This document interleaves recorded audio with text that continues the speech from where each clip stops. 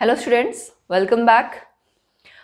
हम लोग ने अपना 2 चैप्टर कंप्लीट कर लिए हैं। Chemical reaction equations first chapter वो भी कर लिया था और एसिड बेस एंड सॉल्ट भी हमने कंप्लीट कर लिया, ठीक है। और मैंने आपको बताया था कि अब हम क्या करेंगे, क्वेश्चंस की प्रैक्टिस। आप लोगों की भी डिमांड ये थी कि मैम क्वेश्चंस की प्रैक्टिस कराइए, प्रीवियस ईयर का जो पैटर्न है वो आप बताइए। तो अब हम क्वेश्चंस की ही प्रैक्टिस करेंगे एंड साइड बाय साइड जैसे जैसे हम क्वेश्चंस करते जाएंगे, कैसे कैसे क्वेश्चंस आपके आते हैं, पैटर्न, वो सब भी हम डिस्कस करेंगे, ठीक है। तो पहले मैं स्टार्ट कर रही हूँ फर्स्ट चैप्टर से, केमिकल रिएक्शंस एंड इक्वेशन से। थोड़ा आपका रिवाइज भी हो जाएगा, है ना। देखते हैं कितना आपको अब एक तो होता है कि आपने अभी ताज़ा रिवाइज किया और क्वेश्चन अटेम्प्ट किया, एक होता है थोड़ा पहले किया था और फिर अटेम्प्ट किया। तो आप लोगों को भी पता लग जाएगा कितना आपको याद रहा, कितना आपको अभी और मेहनत करनी है, ठीक है। चलो, पहला क्वेश्चन क्या है हमारा, which of the following statements about the reaction below are incorrect. एक रिएक्शन दी हुई है आपको, आप देख सकते हो, पूछा हुआ है ये जो भी स्टेटमेंट्स दी हुई हैं इस रिएक्शन के बारे में, वो इनकरेक्ट कौन कौन सी हैं। Which of the following statements about the reaction below are incorrect, गलत कौन सी हैं।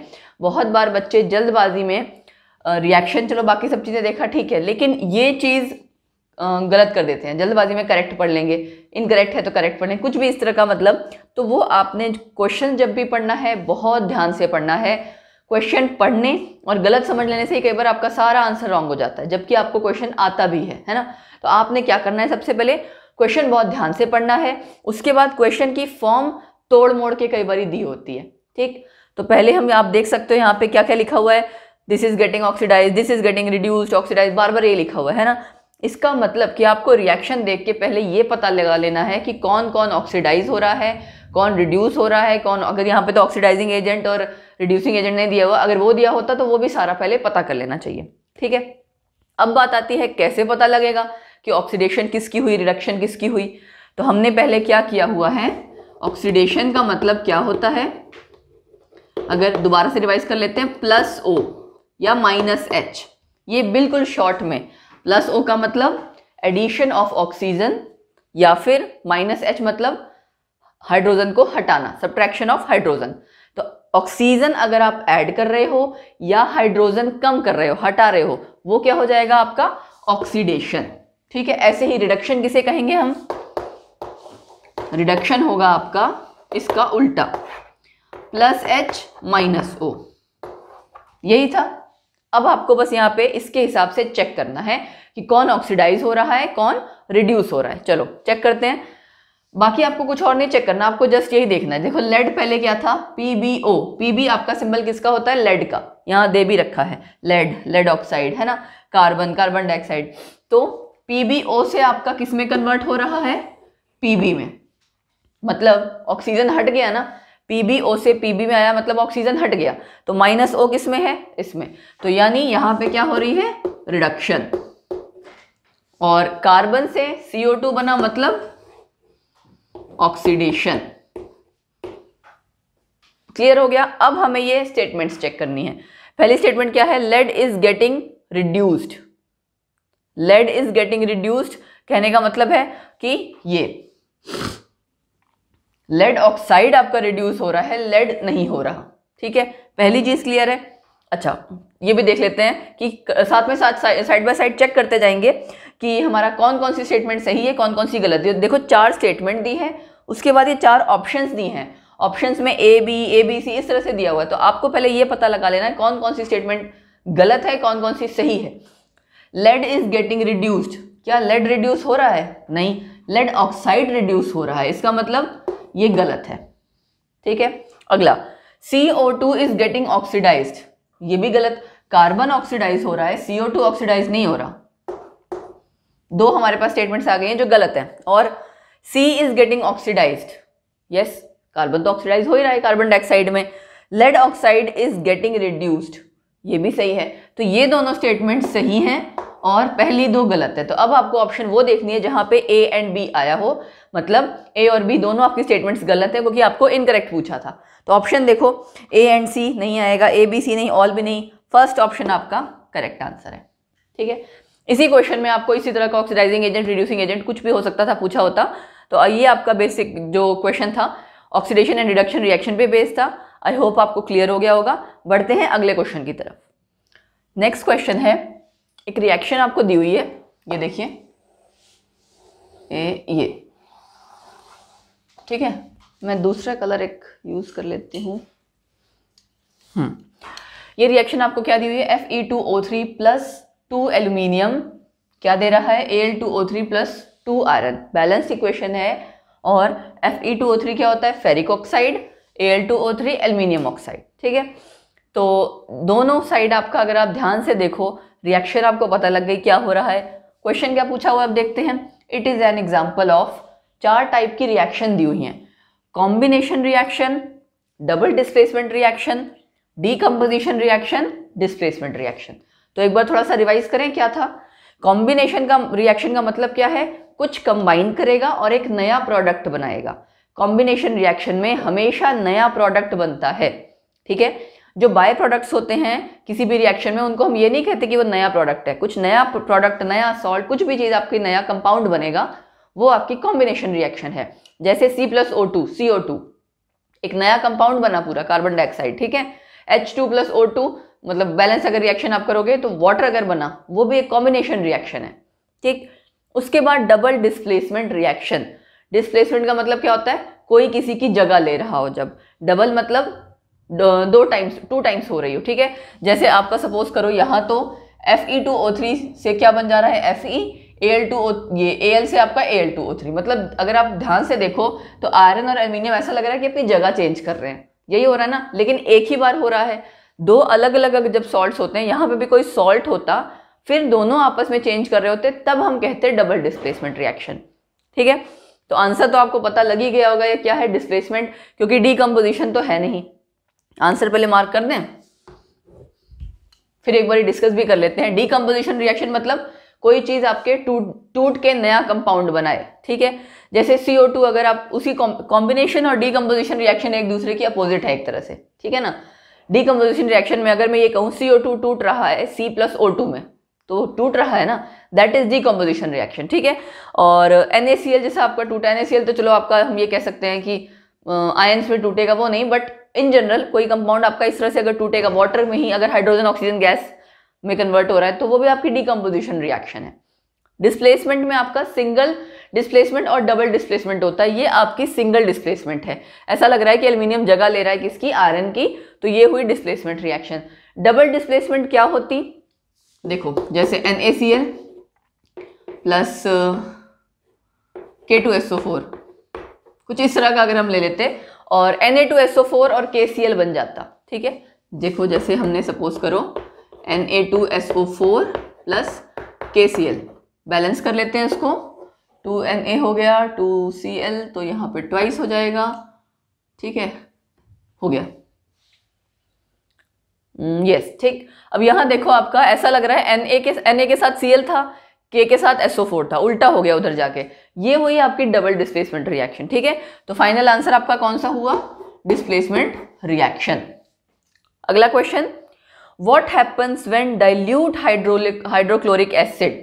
डाइल्यूट का मतलब क्या आपको पता है, 2 तरह के वो होते हैं ना, डाइल्यूट और कंसंट्रेटेड। डाइल्यूट मतलब जिसमें पानी ज्यादा हो, कंसंट्रेटेड मतलब जिसमें सोल्यूट ज्यादा हो, पानी कम हो। जैसे अब मैंने आपको बताया था, सपोज करो चाशनी है, चीनी की चाशनी है, ठीक है, उसमें चीनी ज्यादा है, पानी कम है, गाढ़ी है, कोई भी चीज, सिंपल सब्जी भी सोच लो, गाढ़ी है मतलब कंसंट्रेटेड है, जब पानी ज्यादा हो जाए मतलब डाइल्यूट है। सिंपल सी आम भाषा में समझना हो, अगर पानी ज्यादा हो गया तो वो पतली है वो चीज, ठीक है, गाढ़ी है आपकी नहीं है तो डाइल्यूट। अगर उसमें ग्रेवी कम है, पानी कम है, ठीक है, और जो मेन कंटेंट है सॉल्यूट है, दाल है, सब जो भी चीज है वो चीज ज्यादा है तो कंसंट्रेटेड। उसी तरह से यहाँ पे भी सॉल्यूट और सॉल्वेंट 2 चीज मिलके बनाते हैं सॉल्यूशन को, ठीक है। सॉल्यूट पार्टिकल्स आपका क्या होता है, जो मेन पार्टिकल है, सॉल्वेंट आपका जो भी लिक्विड वाला, लिक्विड तो नहीं चलो कहना चाहिए क्योंकि कई तरह के सॉल्यूशन होते हैं, बट अगर समझने के लिए आप समझना चाह रहे हो, जैसे आम भाषा में अगर समझना है, तो सॉल्यूट जब कम होता है, सॉल्वेंट ज्यादा होता है तो डाइल्यूट होता है। जब सॉल्यूट ज्यादा हो, सॉल्वेंट कम, तो वो चीज गाढ़ी हो जाएगी ना, तो वो कंसंट्रेटेड होता है, ठीक है। तो dilute hydrochloric is added to iron filings. ये आयरन फिलिंग्स का क्या मतलब है, कुछ नहीं, आयरन के टुकड़े, ठीक है, आयरन के टुकड़े, जो लोहा होता है ना, आयरन मतलब आपका मेटल है, उसके टुकड़े छोटे छोटे, ठीक है। क्या होगा जब डाइल्यूट हाइड्रोक्लोरिक ऐड होगा आयरन फिलिंग्स में, मतलब आयरन के साथ आपकी डाइल्यूट हाइड्रोक्लोरिक एसिड की जब रिएक्शन होगी तो क्या होगा, ठीक है। आपको आंसर चूज करना है। क्या क्या ऑप्शन दी है, हाइड्रोजन गैस और आयरन क्लोराइड बनेगा, पहली ऑप्शन। क्लोरीन गैस और आयरन हाइड्रोक्साइड बनेगा, ठीक है। अच्छा, हाइड्रोजन गैस क्लोरीन गैस तो समझ में आ गया होगा, H2 और Cl2 कहा जा रहा है। आयरन क्लोराइड क्या हो सकता, कुछ भी हो सकता है, FeCl2 FeCl3 इस तरह का, ठीक है। आयरन हाइड्रोक्साइड FeOH वाला बनेगा, FeOH ट्वाइस वाली चीज, ठीक है।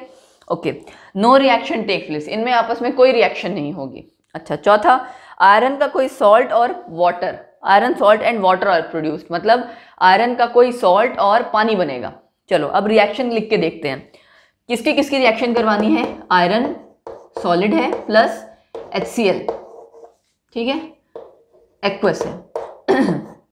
इसकी जब आपने रिएक्शन करवाई क्या बनेगा, FeCl2 प्लस H2 गैस निकल जाएगी। बैलेंस कर दें इसको, हो गई बैलेंस।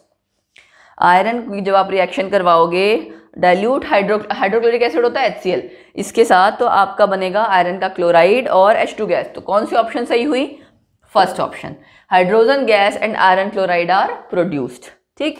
इस तरह से कोई भी रिएक्शन आपको हो सकता है दी हो, आपको पहले रिएक्शन लिखनी पड़े एंड ऑप्शन चूज करना पड़े, ठीक। आगे बढ़ते हैं अगले क्वेश्चन पे। सो नेक्स्ट क्वेश्चन क्या है, देखिए, translate the statements into chemical equations and then balance them. ये क्वेश्चन आता ही आता है, आपको क्या करना है, जस्ट जो स्टेटमेंट दी होगी उससे उसको आपको केमिकल इक्वेशन की फॉर्म में लिखना है, ठीक है, और लिखने के बाद बैलेंस करना है। इसी में एक और तरह का क्वेश्चन आएगा कि आपको इक्वेशन दी होगी, मतलब इस टाइप का ही इक्वेशन दी होगी, आपको बैलेंस करना होगा सिर्फ, ठीक है, ऐसा भी हो सकता है। तो यहाँ हमें दोनों काम करने हैं।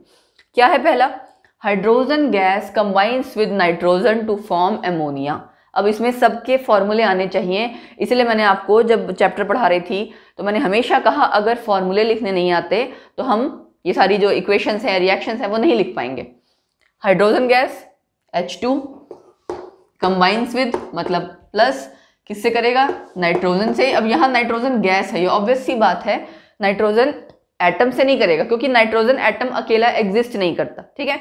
किससे करेगा, N2 से। नाइट्रोजन गैस क्या बनाएगा, टू फॉर्म एमोनिया। एमोनिया का formula NH3। Hydrogen gas combines with nitrogen to form ammonia. अब देखते हैं क्या ये बैलेंस है, सीधे ही दिख रहा है कि यहाँ 2N है, यहाँ N है, तो यहाँ तो हम इसको ट्वाइस कर देते हैं, ठीक है। N2 मतलब नाइट्रोजन आपका बैलेंस हो गया। मैंने क्या कहा था बैलेंस करने में, लास्ट में हाइड्रोजन और ऑक्सीजन बैलेंस करने हैं, उसके पहले बाकी सारे एटम्स।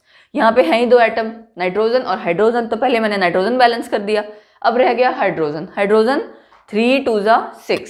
इसमें बहुत से बच्चे कंफ्यूज कर जाते हैं, 3 + 2 5 कर देते हैं। देखो 3 + 2 5 नहीं करना। 2 मोल्स ऑफ एमोनिया का क्या मतलब है, एक ये मोल एक ये मोल, ठीक है। तो 1 2 3 4 5 6 हाइड्रोजन एटम्स हैं।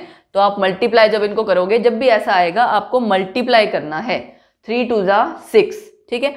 6 हाइड्रोजन एटम्स इस साइड हैं, तो यहाँ तो यहाँ पे भी आप कर दोगे, यहाँ 3 2 6। अब ये बैलेंस हो गया। बस याद क्या रखना है, जब भी इस तरह का आपका कोई एटम आए ये मल्टीप्लाई होता है, ठीक है, मल्टीप्लाई होगा, प्लस नहीं होगा, ओके। 2 मोल्स ऑफ एमोनिया, यानी कि एक अमोनिया में 3 एटम्स है, एक मोल ऑफ एमोनिया में आपको दिख रहा था 3 एटम, ऐसे ही दूसरे के लिए 6 एटम्स, ठीक है।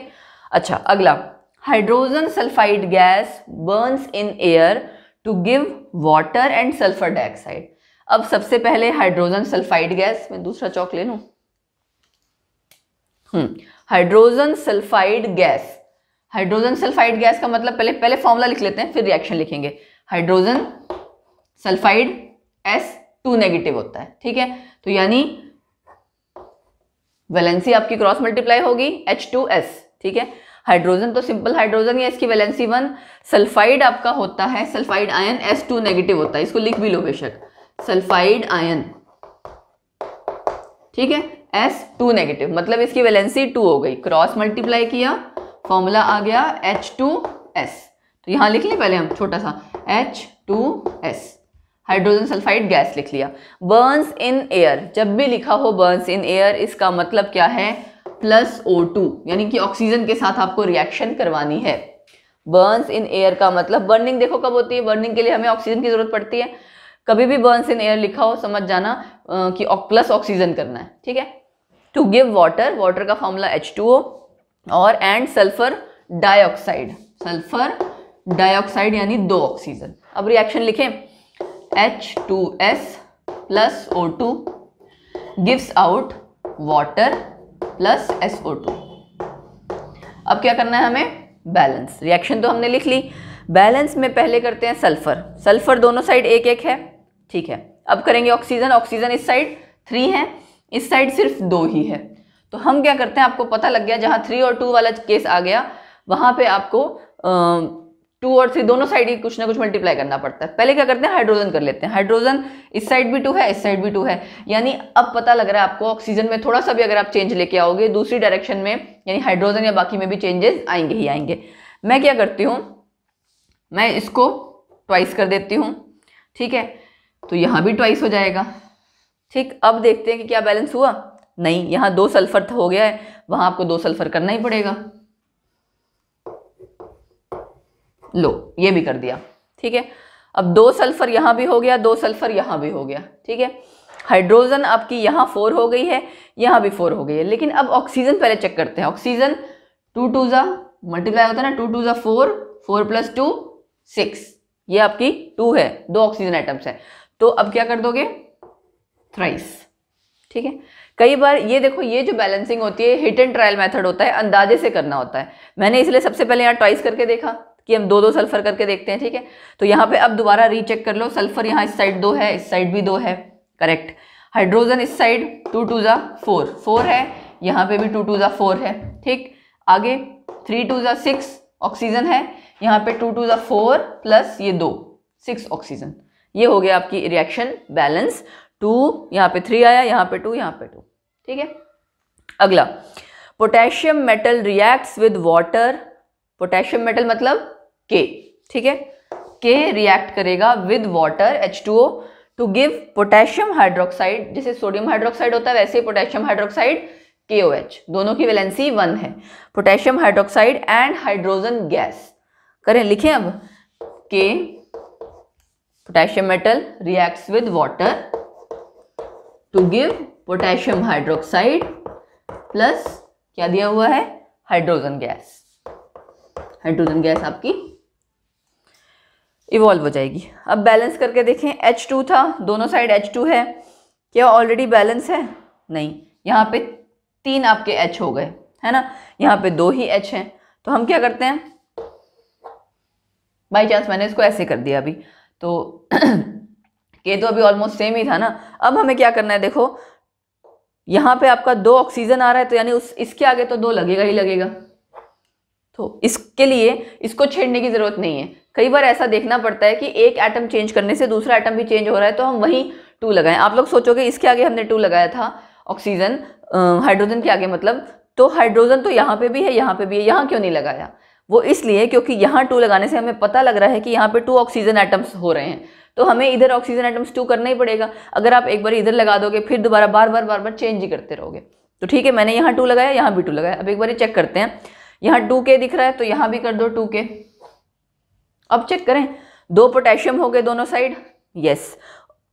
हाइड्रोजन यहाँ कितनी हो गई, 4, 2 2 जा 4, यहाँ 2 ये और 2 ये, यहाँ ये भी 4 है। ऑक्सीजन इस साइड 2 है, यस, और इस साइड यहाँ भी 2 है। ये हो गई बैलेंस, ठीक है। इस तरह की रिएक्शंस आपकी और पूछी जाती हैं, तो क्योंकि ये बहुत कॉमन सा क्वेश्चन है जो पूछा जाता है कि स्टेटमेंट्स दी होंगी और आपको रिएक्शन लिखनी होगी और बैलेंस करना होगा। जैसे आपने क्वेश्चंस किए वैसे ही एक और क्वेश्चन देखिए, सेम वैसा ही है कि आपने स्टेटमेंट को केमिकल इक्वेशंस की फॉर्म में लिखना है और फिर क्या करना है, balance. Barium chloride reacts with aluminium sulphate to give aluminium chloride and a precipitate of barium sulphate. अब आई थिंक ये जितने भी नाम हैं मैंने सब आपको किस तरह से लिखते हैं फॉर्मूले वो हम कर चुके हैं, दोबारा कर लेते हैं। बेरियम क्लोराइड, बेरियम और क्लोरीन, ठीक है। बेरियम का आपकी वैलेंसी 2, बेरियम आपकी कैल्शियम वाली फैमिली का है, कैल्शियम मैग्नीशियम वाली फैमिली का, ठीक है। क्लोरीन का 1, तो क्रॉस मल्टीप्लाई जब होगा तो क्या हो जाएगा, BaCl2 बेरियम क्लोराइड, ठीक है। एल्यूमिनियम सल्फेट, एल्यूमिनियम की 3, सल्फेट की 2, क्रॉस मल्टीप्लाई Al2SO4 थ्राइस, यही करते हैं ना। एल्यूमिनियम और सल्फेट, सल्फेट होता है आपका SO4 2 नेगेटिव, तो 2 नेगेटिव यानी उसकी वो 2 वैलेंसी है एक तरह से, ओवरऑल जो उसका ऊपर चार्ज है वो क्रॉस मल्टीप्लाई हो जाता है। आपने ऐसे ही फॉर्मूला लिखना सीखा हुआ है ना, वैसे ही हम लिखेंगे आगे। एल्यूमिनियम क्लोराइड, एल्यूमिनियम क्लोराइड 3,1, ठीक है। ये आई थिंक सबको पता लग गया होगा 3,1 क्या। देखो जो आपकी आयनिक एनायनिक स्पीशीज है उनके ऊपर जो चार्ज होता है वही उसकी कंबाइनिंग कैपेसिटी, क्योंकि उसके पास इलेक्ट्रॉन शॉर्ट है या ज्यादा है, वो उतना ही इलेक्ट्रॉन देना चाहेगा या लेना चाहेगा, ठीक है। और बाकी जो आपके न्यूट्रल एटम्स है उनकी वैलेंसी आपको ऑलरेडी पता ही होती है, जैसे यहाँ 3 है ना। तो AlCl3, ठीक। आगे बेरियम सल्फेट, बेरियम और SO4, बेरियम का 2, SO4 का भी 2, तो क्या बन जाएगा BaSO4। अब आई थिंक हम इसकी रिएक्शन इजिली लिख पाएंगे। क्या था, barium chloride BaCl2 reacts with aluminium sulphate Al2SO4 thrice, क्या बनाएगा, to give aluminium chloride AlCl3 plus precipitate of barium sulphate, तो BaSO4, ठीक है। क्लियर हो गया। अब हमें क्या चेक करना है कि बैलेंस है या नहीं। नेक्स्ट यही है हमारा BaCl2 बेरियम, बेरियम तो ठीक है, एल्यूमिनियम आपका यहाँ ट्वाइस था, यहाँ आपको 2 करना पड़ेगा, ठीक है। देखते पता लग रहा था ना, तो इसलिए हमने एल्यूमिनियम दोनों साइड बैलेंस कर दिया, बेरियम कर दिया। अब अगली बारी किसकी आती है, क्लोरीन की। अब सल्फेट जो है, सल्फेट का सल्फर ऑक्सीजन अलग अलग करने की जरूरत नहीं है, ओवरऑल सल्फेट को आपको कंसीडर करना है। ओवरऑल SO4 आपने चेक करना है कि कितने SO4 इस साइड है, कितने SO4 उस साइड है। यह 3 थे तो इसको भी 3 कर दो। अब ये बेरियम 3 हो गया तो यहां भी 3 करना पड़ेगा, ठीक है। हमने ऑलमोस्ट सब जगह जो भी करना था कर दिया। अब चेक करते हैं, बेरियम 3 इस साइड भी है, 3 उस साइड भी है, फाइन। सल्फेट 3 उस साइड है, 3 यहाँ भी है, चलो बेरियम हो गया, सल्फेट हो गया। एल्यूमिनियम यहाँ 2 है, यहाँ भी 2 है। क्लोराइड, क्लोराइड हमने Cl हमने पहले नहीं चेक किया था, चेक कर लेते। क्लोरीन 3 2 6 और कहीं क्लोरीन नहीं है, यहाँ पे भी 2 3 6। तो बाकियों को बैलेंस करते करते क्लोरीन अपने आप बैलेंस हो गया। बैलेंस इक्वेशन में एक्चुअली होता यही है कि आप 1 2 चीज कर रहे होते हो, तीसरी चीज अपने आप बैलेंस हो ही जाती है, ऑब्वियस सी बात है, ठीक है। तो बैलेंस केमिकल इक्वेशन आपकी होनी बहुत जरूरी है। तो ये आपकी हो गई इक्वेशन बैलेंस। ये नीचे जो 2 क्वेश्चंस मैंने आपको दिए हुए हैं, इसमें कुछ नहीं करना है, बैलेंस करना है, जस्ट बैलेंस। चलो ट्राई करते हैं। पहले सबसे नीचे वाला कर लें, सिंपल सा दिख रहा है थोड़ा। 2 Na है यहाँ पे, तो इसको हम ट्वाइस बना देते हैं, ठीक है। अब 2 Na इस साइड है, 2 Na इस साइड भी हैं। सल्फेट एक इस साइड, एक इस साइड। सोडियम हो गया, सल्फेट हो गया, हाइड्रोजन और ऑक्सीजन रह गया। हाइड्रोजन 1 2 3 4, यहाँ पे 4 हो गया ना, ठीक है। और ऑक्सीजन यहाँ 2 है, तो पता लग रहा है कि यहाँ पे हमें क्या करना है। अब हो गया, बाकी चीज तो ऑलरेडी बैलेंस थी, हाइड्रोजन ऑक्सीजन नहीं थी। हाइड्रोजन 4 है, हाइड्रोजन यहाँ पे 2, यहाँ पे 2, यहाँ पे 4 हो गए, और ऑक्सीजन 2 यहाँ पे भी 2।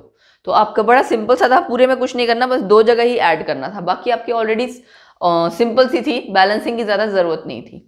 अगला देखते हैं ऊपर। ये तो आपको सबका इसका नाम पता था ना, sodium hydroxide, sulphuric acid, sodium sulphate, water.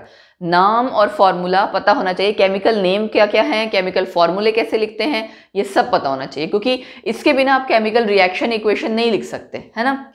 अब ये वाले करते हैं। HNO3 आपका नाइट्रिक एसिड, ये कैल्शियम हाइड्रोक्साइड, ये तो बहुत बार पढ़ लिया, स्लेक्ड लाइम है ना, लाइम वाटर, ये वही है। कैल्शियम नाइट्रेट, NO3 आपका नाइट्रेट एनायन होता है, ठीक है। उसके बाद वाटर। चलो अब बैलेंस करते हैं। यहाँ आप देख सकते हो नाइट्रेट सबसे पहले बड़ा सा ही दिख रहा है अलग से, ये ट्वाइस है, यहाँ 1 है, इसको मैंने 2 कर दिया, ठीक है। अब चेक करें नाइट्रेट, तो चलो दोनों साइड बैलेंस हो गया। कैल्शियम दोनों साइड 1 है, फाइन। अब उसके अलावा तो सिर्फ हाइड्रोजन ऑक्सीजन रह गया। हाइड्रोजन पहले चेक करें, ये पहले ऑक्सीजन कर लेते हैं। इसकी ऑक्सीजन मत कर लेना, नाइट्रेट आप ऑलरेडी कर चुके हो। बहुत बार बच्चे क्या गलती करते हैं, नाइट्रेट कर लिया, उसके बाद ऑक्सीजन, या इस तरह से जैसे सल्फेट में भी यही करते हैं, एक बार सल्फेट कर लिया, फिर जब ऑक्सीजन करने लगते हैं तो दोबारा वो ऑक्सीजन काउंट कर लेते हैं। जब आपने नाइट्रेट या सल्फेट इस तरह से काउंट कर लिया, तो सेकेंड टाइम जब ऑक्सीजन करनी है तो उसको काउंट नहीं करोगे। आपका नाइट्रेट ओवरऑल पूरा दोनों साइड बैलेंस हो चुका है, सल्फेट पूरा हो चुका है ना। तो आपको ये नहीं देखने ऑक्सीजन के लिए, क्या देखना है, सिर्फ यहाँ पे 2 ऑक्सीजन है इस साइड देखो, इस कंपाउंड में तो है नहीं, इस कंपाउंड में 1 ही है। क्या कर दोगे, ट्वाइस कर दो, यहाँ ऑक्सीजन बैलेंस हो गए। अब क्या चेंज हो गया, यहाँ पे 4 हाइड्रोजन है, यहाँ पे 2 यहाँ पे है ना, OH ट्वाइस है यहाँ पे, 2 यहाँ पे, 2 यहाँ पे, तो आपकी क्या हो गई, हाइड्रोजन भी बैलेंस हो गई। ठीक, तो इस तरह से आपको बैलेंसिंग करना आना बहुत जरूरी है। बैलेंस, पहले तो इक्वेशन लिखनी आनी चाहिए।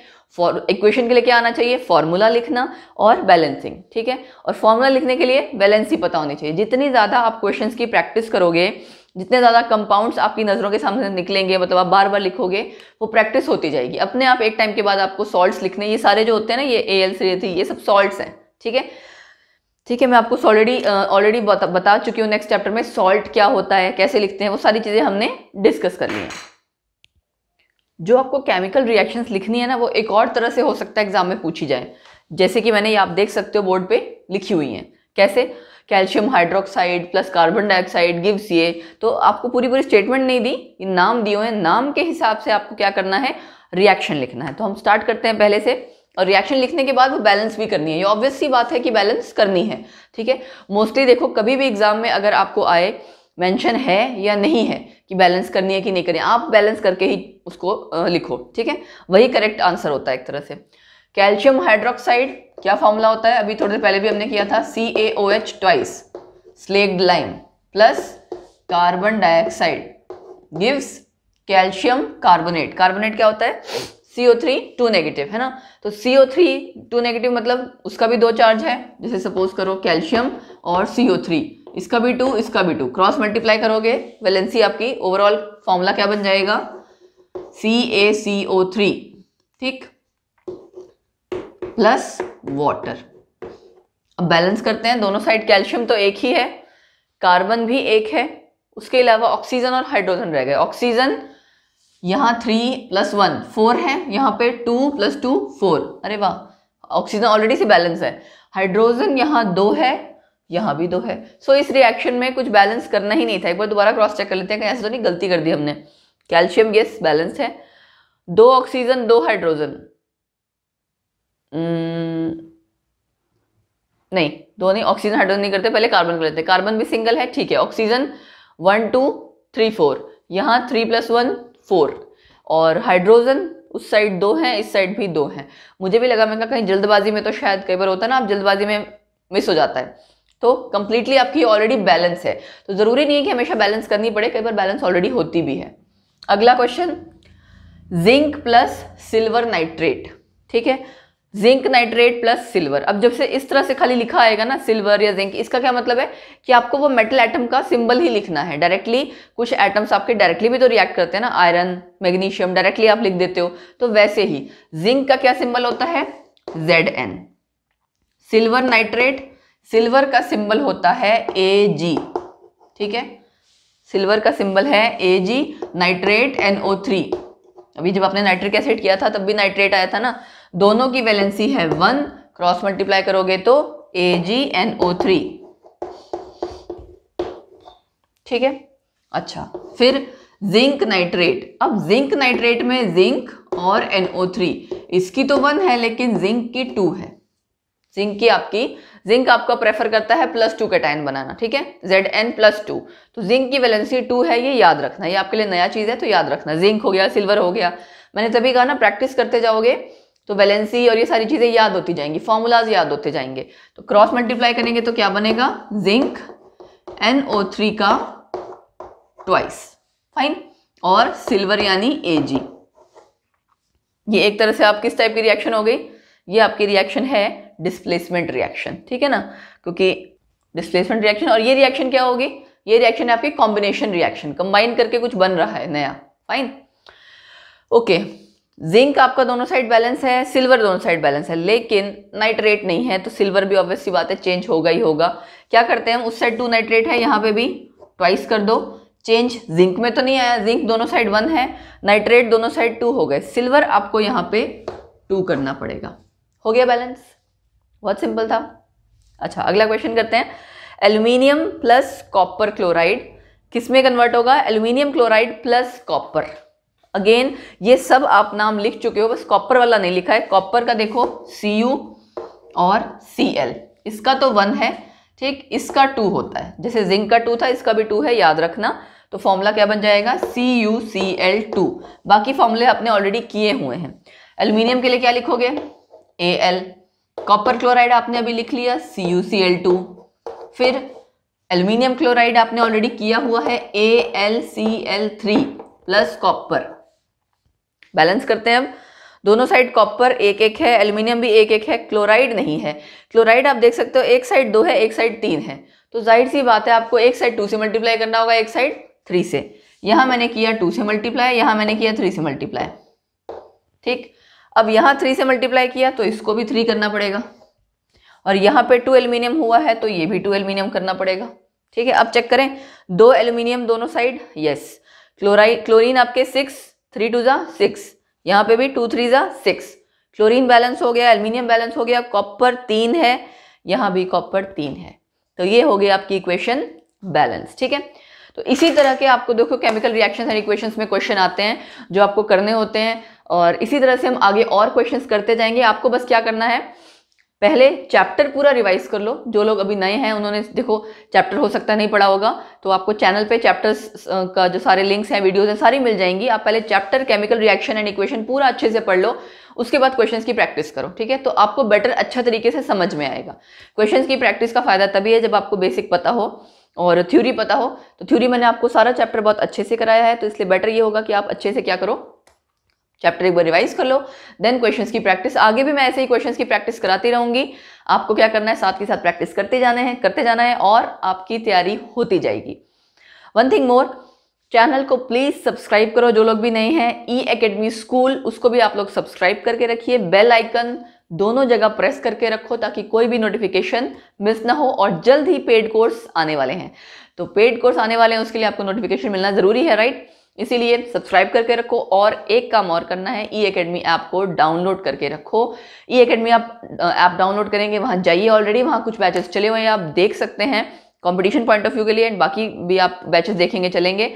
ई एकेडमी स्कूल पे 9, 10, 11, 12 चारों क्लासेस के लिए आपको मैथ साइंस ऑलरेडी चल रही है। आप प्लीज जाइए, देखिए वीडियोस को, प्लीज गाइज लाइक करो, शेयर करो ज़्यादा से ज़्यादा।